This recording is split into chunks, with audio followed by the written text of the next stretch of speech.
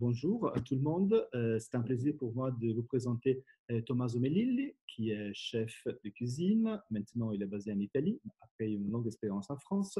Et c'est l'occasion pour moi pour vous parler, et de parler avec lui surtout, de son livre, qui a publié, son dernier livre, publié en italien, qui s'appelle I conti con l'oste, qui est sorti au début de l'année, février-mars, si je me souviens bien, en Italie, chez Einaudi. Voilà, donc enchanté de vous rencontrer. Bonjour Sandro, merci beaucoup pour cette invitation bonjour à toutes et à tous les passionnés des événements de l'Institut culturel italien à Paris. Voilà, merci encore à toi, peut-être on peut se tutoyer. Et Oui, cette rencontre, ça fait partie d'une semaine de rencontres, des conversations, des événements qui sont liés à célébrer la cuisine et qui s'appelle Semaine de la cuisine italienne dans le monde entier, qui est organisée par les instituts, les consulats et les ambassades. Première question, comment est née l'idée de ces livres? Vu que ce n'est pas la première expérience dans l'écriture. Donc, tu as déjà un livre publié et tu as aussi participé avec beaucoup d'articles, des blogs et des journaux. oui, bah alors déjà il faut penser, moi je suis arrivé à Paris à 19 ans. Donc, et je viens d'en avoir 30. Donc, j'ai passé à peu près la totalité de ma vie adulte à Paris, où j'ai appris mon métier principal et le métier que j'ai exercé pour la plupart de cette année, c'est-à-dire chef cuisinier dans la plupart des cas, de bistrot parisien. Donc, j'ai toujours eu de ma formation et de passion personnelle, un rapport très fort à la lecture et à l'écriture. Et du coup, j'ai fait des études de lettres juste avant de rentrer en cuisine. Et c'était un peu ça que j'avais envie de faire quand j'étais petit, puis j'avais besoin que ça bouge un peu plus. Donc, je me suis mis en cuisine et j'ai fait une longue période de formation assez aventureuse et alambiquée en réalité, parce que je n'ai pas fait d'école de cuisine, mais ça s'est fait un peu sur le tas et en allant frapper à telle ou telle porte. Et, et du coup, je me suis rendu compte, j'ai commencé à écrire tout d'abord en français parce que j'ai jusqu'à bouquin, jusqu'à ce bouquin-là, qui est un peu ma première grande publication dans un grand éditeur surtout. J'avais quasiment rien écrit en italien. Donc, j'avais écrit beaucoup plus en français que en italien. Et même sur la presse, j'ai plus de 100 articles qui sont, surtout principalement des recettes, qui sont sortis sur slate.fr et pendant ces dernières années, alors que beaucoup moins en Italie. Du coup, la question venait du fait que je parlais de cuisine italienne au public français. Et je faisais de la cuisine italienne en France, à Paris, tous les jours. J'avais cette attitude de cuistot italien qui me venait de mes souvenirs de cuistot et de hôte aubergiste italien que j'avais hérité de mes souvenirs d'enfance principalement et d'adolescence dans des trattoria et des restos de campagne. Mais du coup, j'avais jamais travaillé un jour en Italie. Depuis que je faisais ce métier, j'avais jamais travaillé un jour en Italie. Et je vendais en permanence tous les jours cette figure d'aubergiste un peu bourru, jeune, un peu hipster aussi, donc un peu voilà, qui allait papoter, raconter ses histoires. En plus de servir et de cuisiner, aller raconter ces histoires aux clients en prenant un tabouret à la fin du dîner. Et je me suis dit, alors là, il va quand même falloir que je fasse les comptes avec mon pays et avec le pays où je suis né. Il y avait, oui, un peu de nostalgie, mais pas, pas forcément, pas que. Il y avait une curiosité par rapport à un pays que j'avais jamais vécu en vrai. Du coup, je me suis dit, je pars, je prends mon sac, je redeviens stagiaire et je vais travailler dans une petite dizaine de restaurants à la campagne, à la montagne, en ville, en Italie, qui, à mon avis, pouvaient donner une ligne d'interprétation de ce qui était en train de se faire en termes de cuisine populaire et en termes de nouvelle cuisine de terroir en Italie. Voilà. Et justement, c'est un retour dans ton pays natal et une sorte de découverte ou redécouverte. Un des mots-clés, c'est les rapports avec les terroir, au territoire. Donc, parce que dans les différentes expériences que tu racontes dans les différents chapitres du livre, donc il y a cette spécificité très forte liée au territoire et à ce qui est même une tradition culinaire vraiment régionale, sinon vraiment du lieu. Du lieu. Est-ce que tu peux nous dire quelque chose un peu plus sur ces côtés et cette spécificité de la cuisine italienne? Ce sont des discours qui font à la fois partie des concepts qui font à la fois partie du discours commercial et Oui, ouais, ouais. et même politique, hein, parce qu'on a vu il n'y a pas très longtemps le précédent ministre de l'Intérieur italien qui, pendant une campagne électorale, allait allait donner des bisous à des saucissons. Donc, typique d'une région Oui, où il espérait de gagner les élections. Donc, ça fait partie de tous les niveaux et c'est un des mots territoire, c'est un des mots qui est le plus souvent évoqué en cuisine en Italie en ce moment. Et c'est relativement nouveau en réalité, même si ça court en termes de temps, ça fait qu'une dizaine d'années et là enfin, on est au pic, on atteint le pic de la mode de ce terme. Et le concept de territoire en Italie, qui est issu de l'idée de cuisine de terroir française,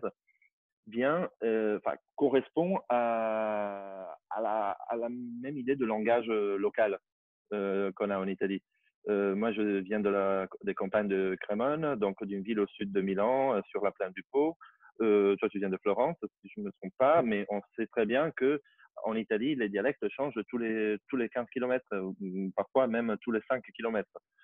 Et donc, l'identité d'un village ou d'une petite ville se fait sur cette langue. Et ben, l'idée culinaire de cette réinvention de la tradition par la cuisine hyper locale se fait exactement de la même façon.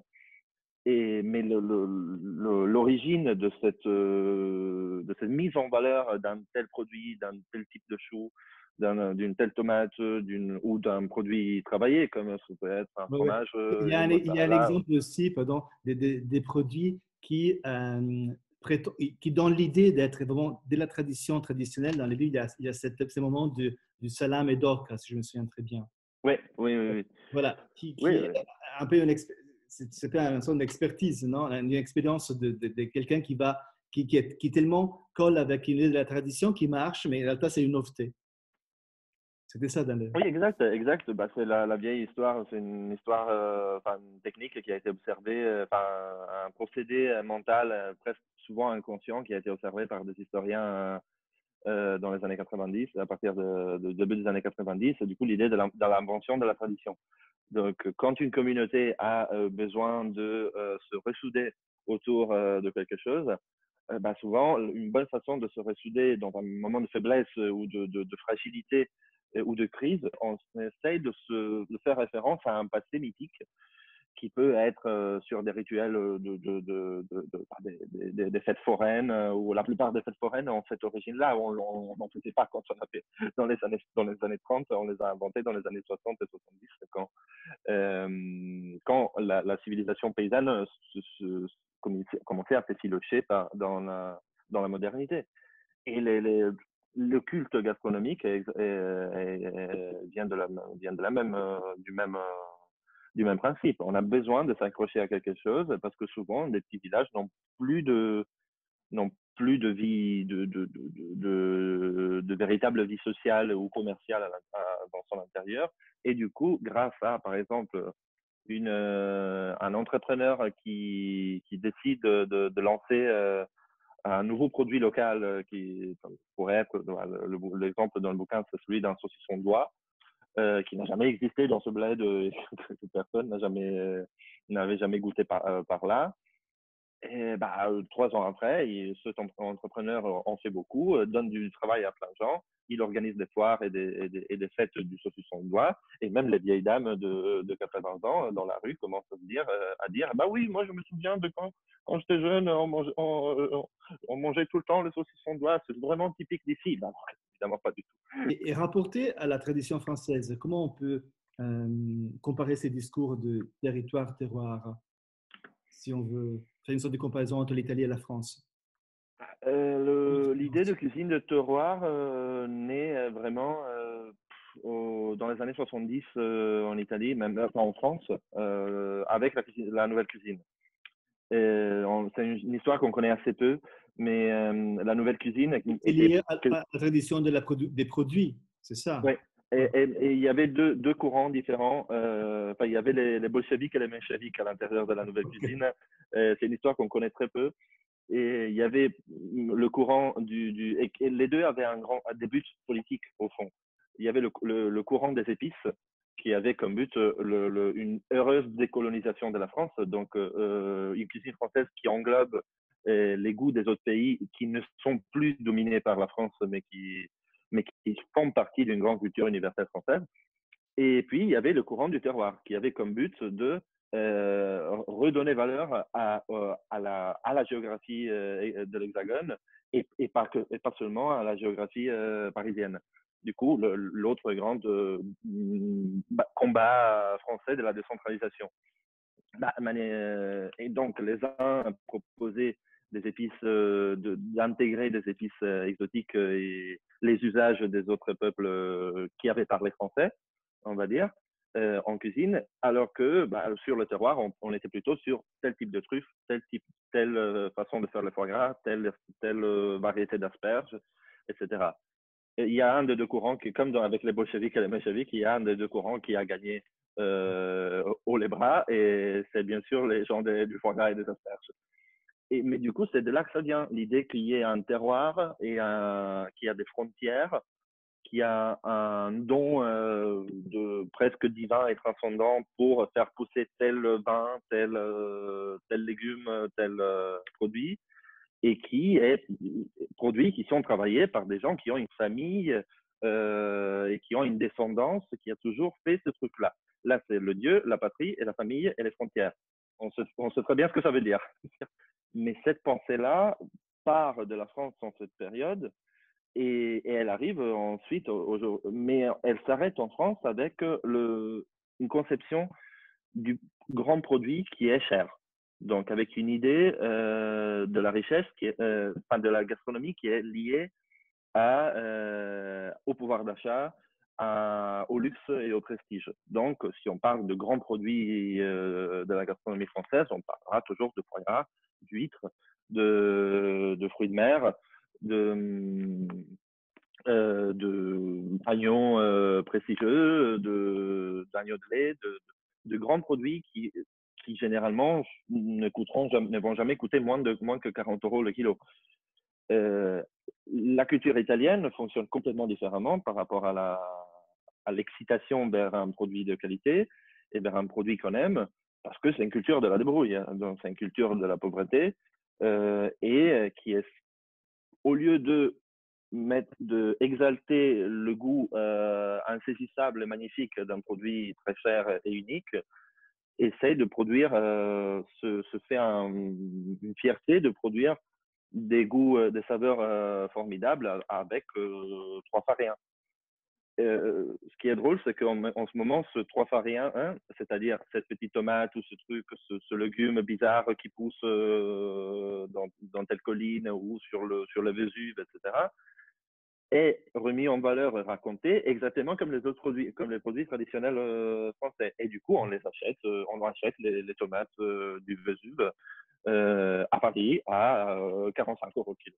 Ouais, je vois, je vois. Et en plus, toi, dans ton livre, tu dis à un moment que tu as t'as une sorte de vision nostalgique de ce que tu offres et tu proposes à ceux qui sont tes clients qui viennent dans tes bistrots, dans tes restaurants. Est-ce que tu peux nous donner quelque chose, quelques détails un peu plus sur ces sentiments de nostalgie face à certains plats ou recettes, ou produits même? Mhm. Pour moi, c'était, oui, oui, bien sûr, il y a des éléments de produit et de goût et de simplicité de saveur qui sont dans l'esthétique que j'ai dans les yeux et la gestuelle des gestes que j'aime reproduire. Enfin, j'ai plus envie de piéter une volaille avec les doigts plutôt que de mettre plutôt que de cuire une viande à basse température pendant 3 jours avec des marinades compliquées.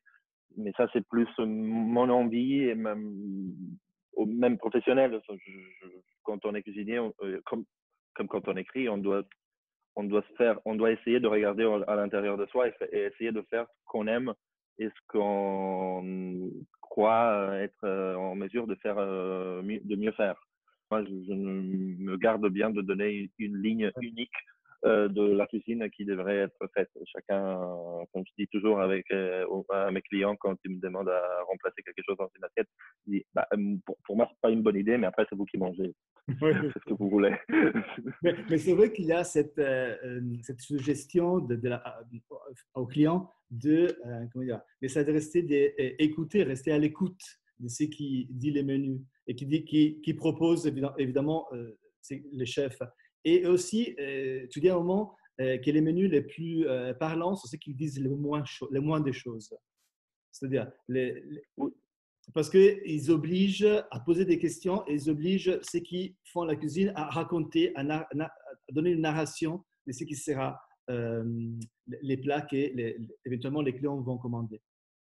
Bien sûr, il y a un exemple d'un chef, enfin d'un chef et restaurateur. Enfin, je fais un exemple dans le bouquin d'un chef et restaurateur d'origine suisse, mais en réalité moitié français et moitié italien de culture, et qui s'appelle Pierre Jancoux, qui a été un des grands maîtres de la restauration parisienne des 30 dernières années, je dirais même. Et, et qui, dans ce menu, généralement, on faisait, il y avait des raviolis avec des condiments divers et variés, des farces divers et variés, des sauces. Pour lui, sur le menu, c'était marqué ravioli. Point. On peut même pas chercher sur Internet. Donc, qu'est-ce que c'est? Ah non, il y a. Et je trouve ça très reposant parce que ça oblige à parler avec une personne qu'on a en face de soi. Donc, jamais oublier qu'il y a des personnes quand on va au restaurant. Et dans les livres aussi, dans cette idée, tu fais une sorte de différence dans ce qui est entre l'hoste et les traiteurs. Donc, ceux qui reçoivent et ceux qui traitent quelque chose. Tu peux nous, et vu que les hostes, c'est aussi dans les titres de livres, si tu peux nous donner quelques détails. Je me suis beaucoup acharné depuis que j'ai eu l'idée de ce titre avec tous mes amis français, mes amis françaises et français à essayer d'expliquer le sens de ce terme. Je trouve hoste, c'est déjà la racine de la même racine du mot hôte, donc celui qui accueille et celui qui est accueilli aussi. Et du coup, j'aimais bien ce mot qui en italien est parfaitement plat. C'est vraiment le mec barbu, bourru, un peu bizarre, qui est le boss d'un resto populaire, on va dire, d'un restaurant accessible. L'host est le patron de l'osteria en Italie, du coup, qui est un peu l'idée de l'équivalent du bistrot et du bar à vin, on va dire. Donc, c'est un lieu où on va essentiellement pour boire. Et puis, il y a peut-être des trucs à manger. On mange un bout de fromage, du saucisson et des trucs. Donc, c'est un peu ce qu'on appelle une cave à vin aujourd'hui. Ou une cave à manger. Et la trattoria est le lieu qui vient aussi, entre autres, du français traiteur et parle et du latin traitare. Donc, transformer. Traiter un aliment, c'est-à-dire le transformer. Et là, la meilleure définition que je connais des cuisines, c'est transformer les aliments. Et du coup, la trattoria, qui est d'ailleurs un lieu essentiellement plus féminin, dans l'imaginaire italien de base, surtout parce que c'est aussi un lieu moins porté sur l'alcool et sur l'ivresse des hommes. Un petit rappel historique, aujourd'hui, les deux mots en italien sont utilisés complètement de façon relativement équivalente et même hors propos parfois, parce que voilà, ça fait complètement partie de la culture populaire comme on peut dire, Fouquet's sur les Champs-Élysées, ça s'appelle une brasserie, alors que c'est pas du tout une brasserie dans les prix et dans les actes, et voilà. Donc, c'est pareil, les vieux noms, on les utilise comme on veut, mais ils voulaient dire des choses et ils parlaient de forme de vie, en fait, de forme de vie autour d'une table. Et c'était ça qui m'intéressait et que j'essaye de proposer comme horizon à reconstruire ou à conserver quand c'est possible. Un type d'accueil ouvert et l'idée d'un espace où peuvent se rencontrer le riche et le pauvre, le jeune et le vieux, les femmes et les hommes, les filles et les garçons, l'italien et l'étranger, le local et la personne qui voyage. Voilà, ça, cet imaginaire-là, dans les restos populaires, dans les hôteliers et dans les hôteliers, il appartient. Ça, c'est vraiment dans tout l'imaginaire Ouais, du resto populaire italien, il y a ça. Ça existe dans les films d'Alberto Sordi, il y a le noble qui va manger ouais. dans le bas-fond parce que là, il y a des pâtes avec des abats très bizarres, mais qui sont bien meilleures que ce qu'il mange dans son palais. Et il y a une montagne de témoignages comme ça. Notre imaginaire, l'imaginaire italien est construit comme ça. Et là, je trouve que ce n'est pas du tout le cas dans l'imaginaire même cinématographique ou littéraire français. Il y a le côté bar, le côté rade, mais il ne communique pas trop avec les grandes tables et le reste. Les livres, il est en traduction chez Stock. Et je voulais justement te demander quels seront les titres du livre en français, qui peut être intéressant de les dire. C'est pas encore 100% sûr, mais il y a des chances qu'on soit prêt. Ouais. Déjà, c'est prévu pour avril-mai Oui, donc il va 2021, sortir. donc Ok. bientôt. Ouais, et ça va être fort probablement l'écume des pâtes. À nouveau parler de choses qui ont à faire avec la nourriture, mais aussi mais surtout de la partie non tangible et qu'on peut pas toucher et qu'on peut Ok. pas manger de la nourriture. Voilà, je vois. Oui, ben, Voilà. en attendant la parution de L'écume des pâtes de Tommaso Melilli, traduction des Contes de Lost, je te remercie et je remercie ceux qui nous ont écoutés. Et à Et on bientôt. espère de se revoir en vrai